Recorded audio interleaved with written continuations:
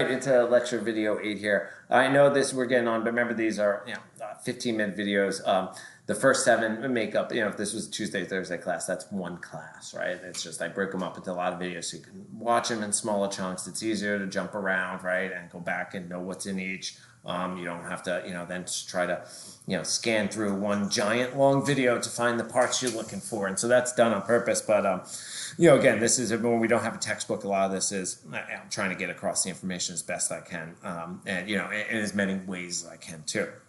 So, all right, so we were talking about the different Native American groups. I left off starting with the Agawam. I say now, I'll start there. We had just seen that. That was the last video. Now the Agawam. Now this means either means the landing place. It means either the landing place or a crossing, that sort of thing. Where you can cross the river. You can cross the river. And this seems to be Agawam. Now, when we're talking about Springfield, it is not where the heart of downtown Springfield is. It's a little further south, a little bit there.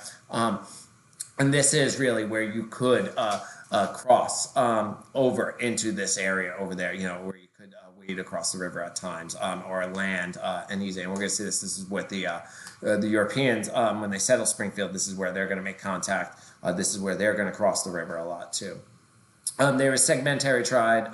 So what does that mean? It was several extended families, maybe 150 to 500, possibly even more in that. Segmentary, they wouldn't always be here. So this, the way it goes is, what we can tell is that during certain seasons, harvesting seasons, planting and harvesting is when there would be a larger contingent and larger people living here.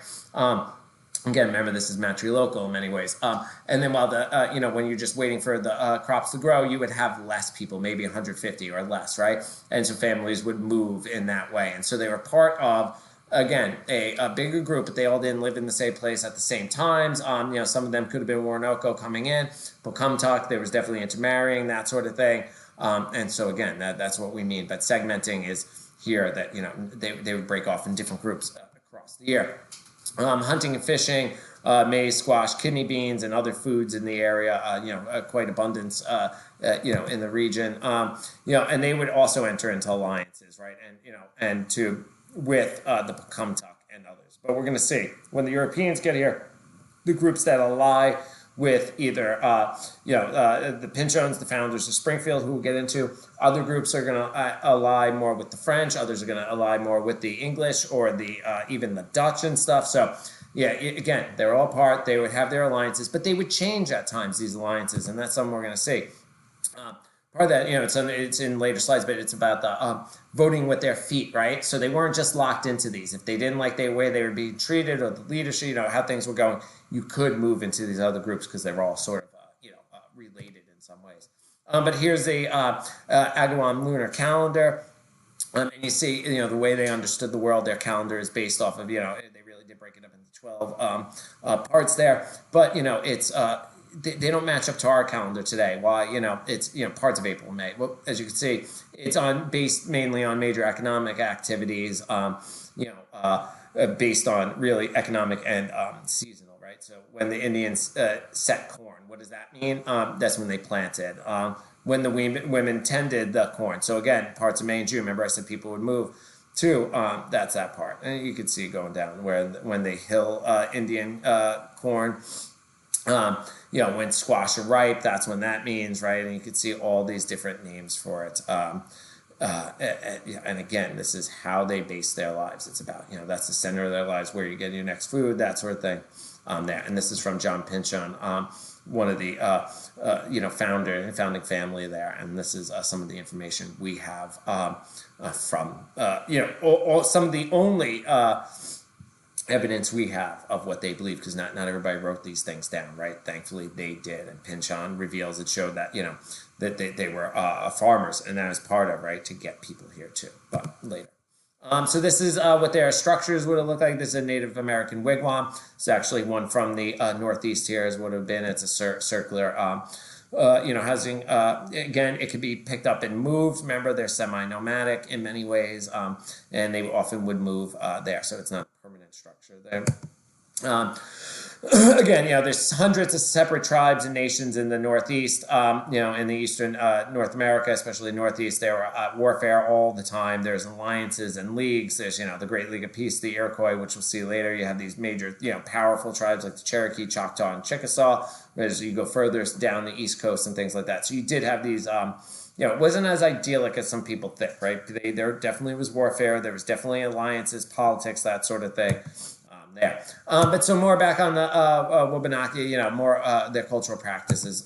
Very much oral traditions, as we've talked about. Social interactions. They did gamble. They did, play games, all that sort of thing. One thing about Native Americans, too, is how do you tell the difference between all these groups that I was just talking about? This is part of social interactions and some of their all the cultural, is they all had their own style, right? So you could tell it was maybe the body paint they wore, the style of their hair, other things like maybe earrings, nose rings, like the Nez Perce, French for Nez Perce. They were a tribe in the southeast of the United States. Nez Perce means in French those with the pierced, the pierced noses, right? So, but Native Americans could tell each other apart by their clothing, by their style, their hair, like the Mohawks, things like that. That is real. But those are social interactions. And again, you'll find a lot of this down here in the notes and things like that. Social traditions. And again, a lot of it is in the reading there. I just want to remind you of that there. Again, so oral traditions, they did have storytellers. Very important storytellers. This is when you're not writing down, they are the resource. They keep all the knowledge, important knowledge of the culture there. Another thing they did have is this idea of captives, and part of in warfare, and this will become important in the next one, is a mourning process, these mourning wars. So they would have wars if somebody, they would die or, in battle or before battle, outside of battle. You could, a clan matron could go and push for a mourning war where you would go and raid for captives, and if they were deemed acceptable, they would have to run through this gauntlet and have to prove themselves. They would be adopted, and they were meant, again, it's mourning in the terms of mourning, to replace the dead of your family and things like that. So even then, they'd take captives.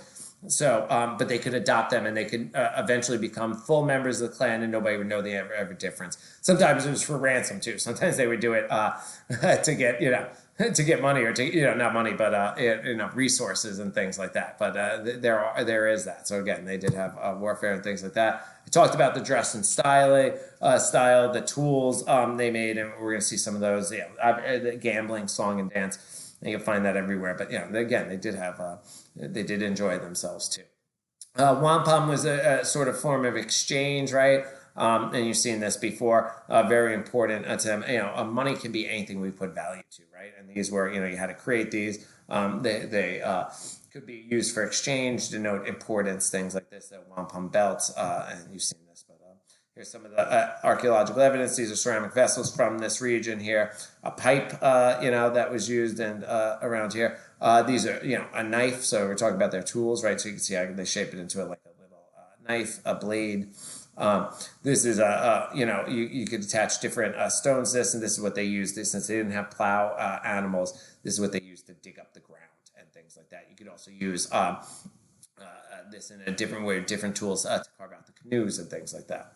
This is fishing nets and stuff. So these are recreations, all of them, from the Native American descendants of the people that lived in this area of these groups. And this is what their traditions show, and they recreate them using the same Native American, excuse me, tools and styles. So this is the stone gouge I was talking about to make that canoe back there. So the Native agriculture, again, role of women, we've talked about that. They really did plant it, they tended it. Clearing was communal, and that, remember we saw the picture earlier of the men and women in the fields there. But again, they would also have seasonal hunting, right? So like I said, they would move around, so people would stay in somewhere. Scamone, that's what they called maize corn. First evidence here, 1200 CE. It was imported from the southwest. We could see in the archaeological record it moving from the southwest into the northeast. It become by 1600 very large. There's farming up and down the valley. Pine Hill, which is just north of Deerfield in Massachusetts, was a major storage site of Pocumtuck agriculture, right? So pretty large scale farming, right? So remember the Agawam are the smallest group in here. I just want to drive that home. By far, it's only 500 people, maybe a little bit more. The others are going to be in the thousands at times, right? So it's much larger. Social organization. We're talking about the family band, right? That's your for the Wabanaki, the family around them, right? There is a real immediate and maybe a little extended family. You have the clan tribe. We've talked about this. I talked about voting with their feet. Clans, a tribe is a bunch of clans made up together. Tribes could break up and move at all times. If clans didn't like it, they could vote with their feet and leave and join another tribe, right? Or create another tribe, that sort of thing there. You did have sachems, which is the name used throughout, even including down towards Long Island and there, of what the Native Americans used for their chiefs. Again, remember I said they were not a dictator ruler in that. Again, alliances based on, need, defense, trade, things like that. Again, the chiefs, have power. There could be multiple chiefs at a time too, for different things, right? One's for warfare, one's for times of peace, one's for religious, that sort of thing. And that tracks with what we know of the Native Americans of the Northeast in general there. And again, the alliances would shift too. Some of the other groups, now we're pushing a little bit out because these will become important later, and the influences. The Mohawk, the Kanekihaka. These are called the people of the Flint because of the Flint area up there. These are Iroquoian people. So again, we were talking about the people of the Connecticut River Valley Algonquin, right? So that means their language, their culture. So this is a different group. This is, again, where is this? This is upstate New York going up towards Lake Champlain, the St. Lawrence River. So up in here, this is the area we're talking about. And then, we are just over here. Settlement patterns, they had seasonal camps. This was a larger group. Seasonal camps, which more like we were talking about, right? Hamlets, which were smaller, semi-permanent settlements, and then larger towns, right? They would move all of these every 12 to 20 years, usually when they used up the resources, the wood and that, and then they would move on and create others. Now, remember, we saw the wigwam, the circular housing. When we get out here, you have different housing types again, and you have the longhouse, and it sounds just like it is. This is one of the most powerful Native American groups in the region by far. You had the Great League of Peace, or the Five Nations Confederacy, the Rotinonsioni is what it was called in their language, and it's this great league of peace of these the five Iroquois tribes up here, the Mohawk tribes. Again, they were very much fought wars too. They also had mourning wars, so you see a lot of similarities there. But these are larger groups. Warfare is more common there. You're going to have the Huron up in here too. And so it's going to be a different type of group. They weren't overly warfare. One thing, the Great League of Peace, I mean, it was respected by the Europeans. It is a basis in ways of structuring the modern U.S. government around the time of the Revolution. We'll talk about that later, but that is true. But there, and so that is the one group. Their longhouses, much larger. These were multifamily. Oop, I skipped ahead there. So, they were multifamily, like I said, but they could be, somewhat related. But these longhouses were big. They could fit almost 100 people in them there. Some members of your longhouse family may live elsewhere when they get married, right? Because there was that movement there. Moving on to the other group here, major group is the that surround this area, the Wendat and the Huron. And we'll talk more about the Narragansett, the other from southern New England, a little bit more as we move forward, really with European contact and that. But here we're talking about the Wendat, the Huron, Lake up Huron, near Lake Huron. That's where it gets its name. So this is further out towards the west there. You could read the Great Turtle origin story. They had longhouses too. They had another subgrouping in here, what we would call the Fireside family. This is what we would call today a nuclear family, right? The parents and the children. Why is it called the Fireside family? Well, that's, you'd spend the most time at the end of the night around the fire with them right there. They have clans that create nations, but your clan affiliation was often the most important there, and they would have a confederacy to rival the Iroquois. Now, why the clans? Again, it could go across nations. Each longhouse had a clan emblem out in front of it. I believe there were 6 in total. These are 3 of them here. And this is from Iroquois and Huron ones here. That should say, I'm sorry, it should say Huron there. But these are the different clans. So this would be outside of each of the longhouses there, and you could identify. So if you went from one nation to the other, you know you'd be welcomed in there with open arms, right? And so that is how it's different too. But you could show the kinship. Why? Because there was believed that they could be relatives, right? And we all have relatives that live in other places, things like that. So yeah, that is the last of the slides for this module. So again, this gives you an overview of the major groups over here.